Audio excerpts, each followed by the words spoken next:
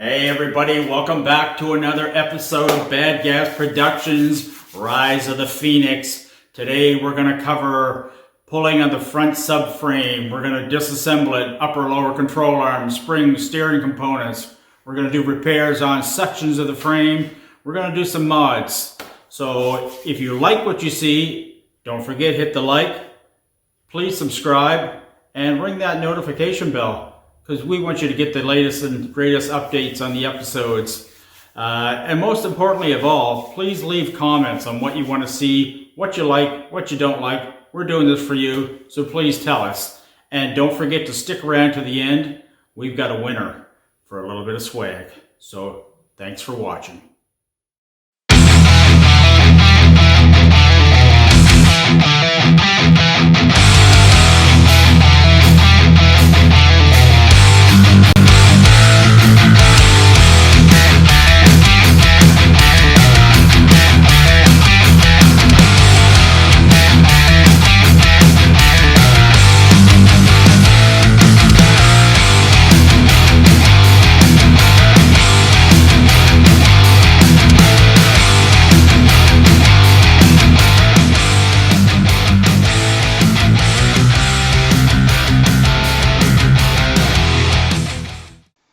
We've got Sully going at it here in the front end. He's starting to pull all the steering sections apart. He's undoing the center link joints. It seems to be coming apart no problem for the age of the car. You know, piece at a time, piece at a time. He's having a good time. He's smiling, he's laughing. You know, he's giving Rod a little bit of hell for walking around taking a shot all the time. That Rod, he just won't stay to the frame. And we got the old ball joint splitter driving at her. We'll get them apart one way or another, but she's all got to come apart or I'll get redone.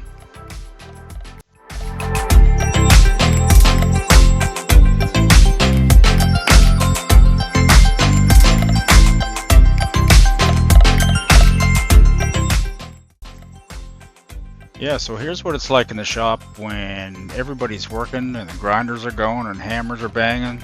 So enjoy this, because we don't.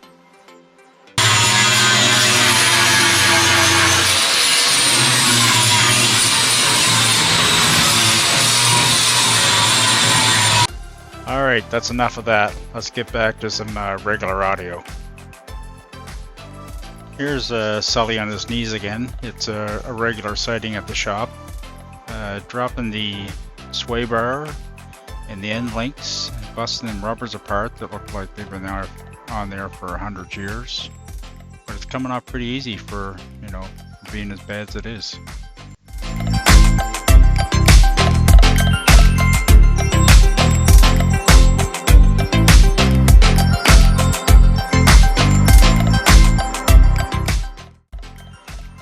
Now it's time, we're gonna pop them lower ball joints off. That way we can free up the spindles. Boom, there she goes. That's one side done. Off to the other side. So we'll get them freed up, and then Mark's gonna come along and give a hand and get this stuff pulled off.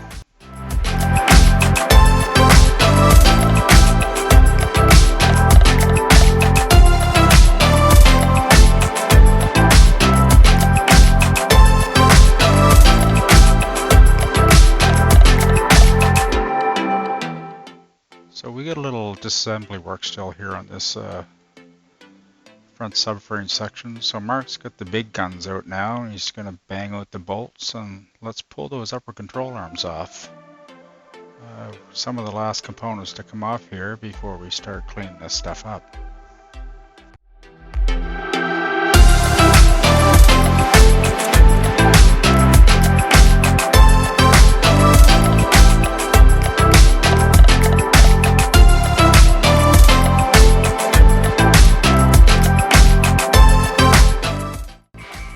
Hey YouTube, so nice day in the garage here today. I have a couple little tasks I want to do. Essentially, you saw me finish the rear subframe, at least to the point where it can get media blasted and painted. So I'm on to getting a couple other things ready to kind of do at the same time. And since I have to go to the sandblaster, I kind of want to do it all at once. So today, what I'm going to do is I'm going to finish up that subframe. I got to get the engine mounts off of it. A few other things I need to do before it can get dropped off for media blasting. These are the lower, I think most people think they're called A-arms, but I think the actual proper term is a lower C-arm. So this is what, I'll just flip that around. This is what holds your spring and your spindle. So spindle sits here on the hold it up there. Spindle sits here on the lower ball joint. The spring sits there, and then these two portions of the C where the bushings are, they slip into the frame, and there's some bolts that go through and hold them in. So what do I got to do to this? Well, these bushings are old. They're probably original. They're fairly cracked. They probably are fairly soft, and they definitely aren't going to be up to the task of the car that we're building. So I need to push these out. Now these are kind of sitting in like a canister. So it's like a piece of rubber that's sitting in like a little metal tube, almost like a candle soup can. And then that's pressed into the actual thicker steel. So I need to press these out. Now the thing with pressing these out is they often get damaged.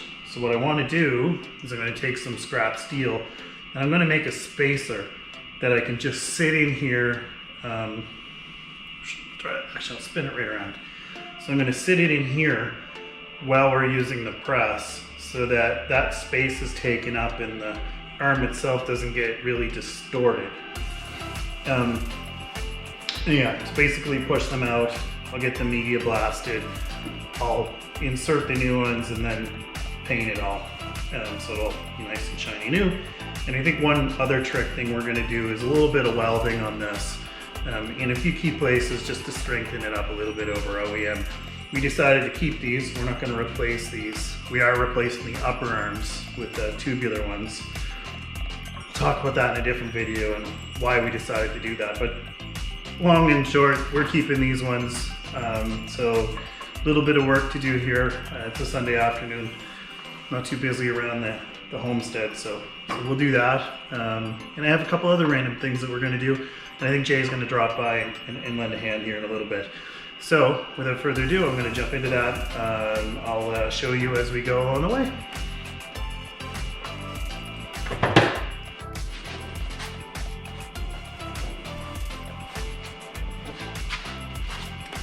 Okay guys, so I just have a piece of square scrap tubing.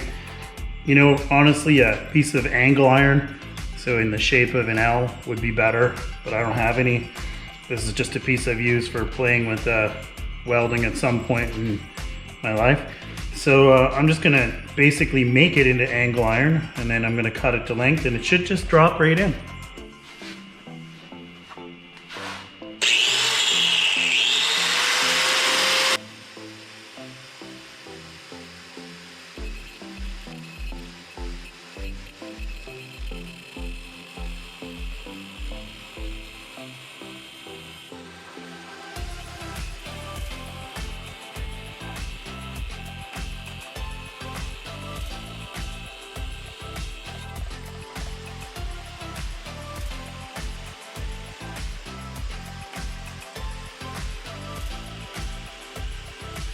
Whew.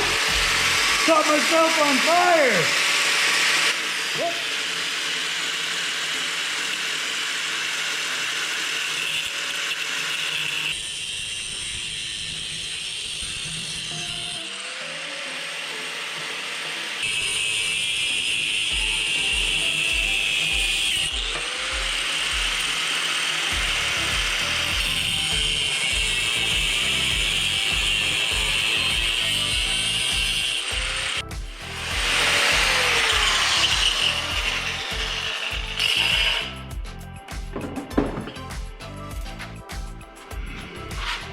So listen, YouTube, you're gonna notice that I didn't use a safety guard there. Don't do what I do. Safety guards for angle grinders are super important. Don't follow my instruction for sure. I'm just a guy doing a thing, and I don't want anybody to follow that and do that at home. So I mentioned I made my spacers. As you can see, they drop in for the most part. And again, they're just meant to take up the void. Actually, that's the one we're going to use. So it's just meant to keep this from collapsing on itself when we're trying to push or pull these through with push and pullers. So the other side fits in there perfect, so that's great. They're sacrificial. We're only going to use them for this and then toss them away. So one job done. The front subframe here is in pretty decent shape. It needs to be cleaned up and painted, but it also has what I think is fairly common in that the pockets where the body mounts go, water's kind of sat in there and it's sort of eaten away a little bit and started to cause some rust. So what ends up happening is that it makes them a little bit bigger. Let's see if I can zoom in here and kind of show you.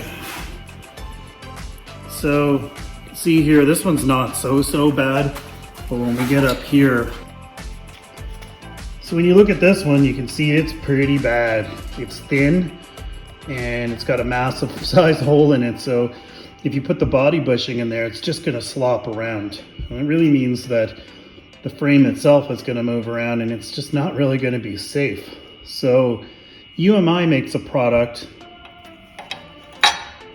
that comes as a kit, and it's essentially a replacement or a repair part. I think they call it a frame repair pack or frame repair kit, something like that. Anyways, it comes with a nice hole right here to help you locate it. And essentially what you do is you hold it here, scribe out or trace out the area where it fits, and then you either take a grinder, cutoff wheel, or plasma, which is what I'm going to use, and you cut that out.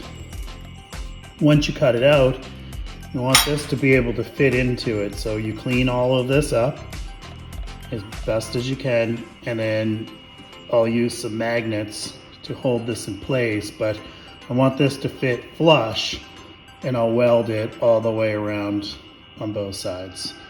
And I'm going to do the same thing on both sides here. I'm also going to do the two in the back, although they're not quite as bad. This one's not too bad. The one on the other side over here is far worse. I'm also going to get rid of the original owner's sort of homemade frame connectors. We're going to cut those out, and you can see a fun little crack here in the frame, and almost the same thing on the other side. It's not quite as bad, but basically I'm going to cut these out, and then I'm going to end up stitching this back together, and I think we're going to strengthen it a little bit there.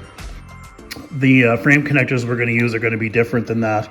They're actually going to cup over this, so I don't need that, but clearly this way of doing it isn't as strong as somebody might have thought. Okay guys, a little update here. So we got both front, or I guess they're actually the middle pockets, but this one's all welded in, and same for the one on the other side there. It's about as much as I'm going to do tonight. I still have to do the two in the back. I'll get them done probably a different day. But all in all, worked out pretty good. They're sitting in there nice and flush. I'm going to flip the frame over afterwards and weld the bottom as well, just to make sure. But I think that's in there pretty decent, and I just grabbed it down with a flapper disc, so almost ready for paint. Jason on his knees again.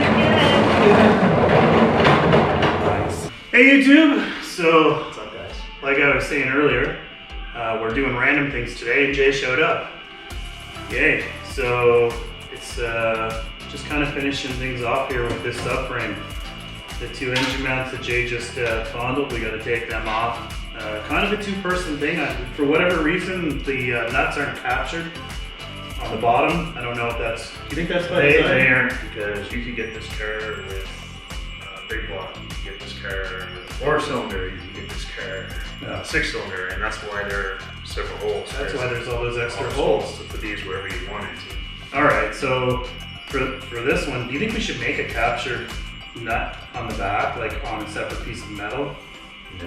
No, not worth it. Just bolt them back in the way there. Okay, so we're gonna take these off. The bushings in these are beat right out of them, so we're gonna end up replacing them with urethane ones. This side was actually when the motor was in the tear, it was touching the frame. Oh yeah, that too. A few other little bits and pieces we're gonna take off this, and then one lucky one of us is gonna wire brush the heck out of it, and we're gonna repaint it and really start putting it back together. So we'll get at it. Hey guys, this is it. We're back. We got the motor mounts off. You see down here, like I said, there's multiple holes for different motor mounts, and as it turns out, we're not sure if this is the original subframe for the car or not. It looks like someone had welded something in here. We ground the welds down. I didn't know why they would have done such a thing, but they did. Did get the clamshell split apart and cleaned up. We've got new urethane bushings to put inside, so they'll be way better than stock and be able to handle what we're going to throw at it. Also, the back of the frame rails there. Mark worked really hard and got the hokey subframe connectors cut out. And you can see, actually, I don't know if you see on this side, see through there, but where they had welded through, they only welded through part of the side and started to actually crack the frame. It was putting stress on it there because the bushings were bad and the car was actually flexing. So again, we've got new aluminum bushings to put in. All the inserts he's got welded in, which is a very good job, very well done. We'll obviously weld that up, and we'll be putting real subframe connectors in it. Yay! So that's it for today. See you again soon. All right, guys, a little update. Here's the clamshell that Jay was working on. So basically, these are riveted together. They kind of sit like this, and there's a rivet here. So we took a stepper bit, drilled them out, pop them apart, throw the old piece out, clean these up a little bit. We'll eventually paint them before we put them together. New urethane one sits on top like that. This goes back over. You can either weld it back together or you can use a nut and a bolt to put it together. Your choice. So that's all done. Thanks to Jay. I'll give that a coat of paint here shortly and it'll be ready to go on the new redone subframe. More cleaning. So now Corey's got the old DeWalt wire wheel going at it. It's maybe the right tool for the job, maybe not, but on a 40-year-old part, that's what needs to be done. Unfortunately for Corey, these parts went out and they got sandblasted afterwards. He wasn't happy. Oh, and the sway bar? Yeah, that got sandblasted too. Sorry, buddy.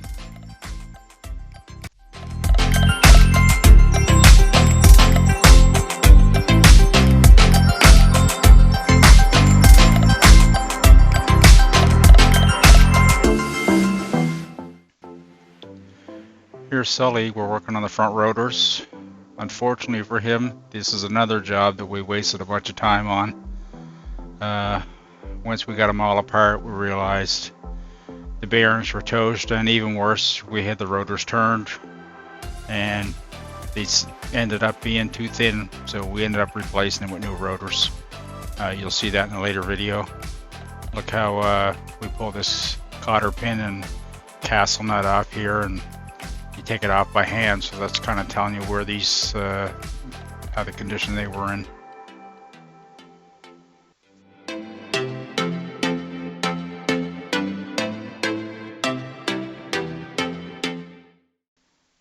Hey Sully, why don't you pull them dust shields off and I'll take them and get them blasted, and I'll show everybody the process we use and a little bit of the media and the types of equipment that we use to do this with. So here's our two dust shields. As you can see, they're kind of scaled up, a little rusty. They've got original paint and who knows what else on them. So we've got two options here what to do. So we've got two different blast media here. We've got a glass bead, and as you can see with the glass bead, it's pretty fine. It's soft. It's not too aggressive on any material. And then we've got this coarser stuff here. which will definitely take the material off. The problem being is running the core stuff in the bigger machine on these thin plates has a tendency to warp them and get them all out of shape. So we're going to have to spend a little more time. We'll run with the lighter material, hit them a little hard, less of an angle there, be a little aggressive, and try and keep them from getting too distorted. Even though they look like they're all twisted to rat crap, we'll be gentle with them. This is you can see obviously I did one side a little bit there, and this is the other side.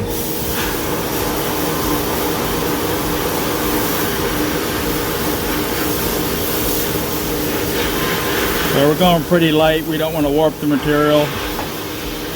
It's not hard to do, believe it or not. So here's our two shields, one blasted, one not. You can definitely see the difference of how the finish comes out. That's only with, 5 minutes of running it through the blaster. It's pretty much ready for paint. We realized there's a few dents and dings in there, like they were using these things as jack stands. We'll straighten them out, but for the most part the metal's all there and they're still good to go. So a little bench work and some paint, and geez, we're good to go. All right, a little update, YouTube. So listen, we're pretty much done with the subframe. I'm really happy about that. Let's have a little peek. So you can see we welded all the extra holes in where the clamshell engine mounts go. There's no need for those, so we just left the 3 that are going to be useful to us. So it's pretty much welded and ground down. Pockets are done. I welded them on both sides just to be double sure that they're in there really good. So they're done and ground down and ready to go. The back here all welded in with the frame repair kit. I also pushed this side down, and the other side was kind of almost the same. There was a crack there, so I ground that out a bit and welded that in. And I did the same thing from the other side, right down around to the bottom, and just dressed everything up. So all in all, same thing done on this side. This is all ready to go. Cross member's just sitting there. So the next time you see this frame, it's going to be fresh back from sandblasting and ready to get POR'd and then painted. And then what? We put the rest of the suspension together. Yeah. Hey, I hope you enjoyed that video as much as we enjoyed making it. And as stated at the first, I said there'd be a winner, and there is. Brad Thomas, you will be getting one of our Bad Gas hats and some of our Bad Gas stickers. So to everybody else, thank you for participating. That's what we really want to see. Don't forget to like, subscribe, ring that notification bell. It's free. It doesn't cost you anything, but it sure does help us a lot. In saying that, thanks for watching.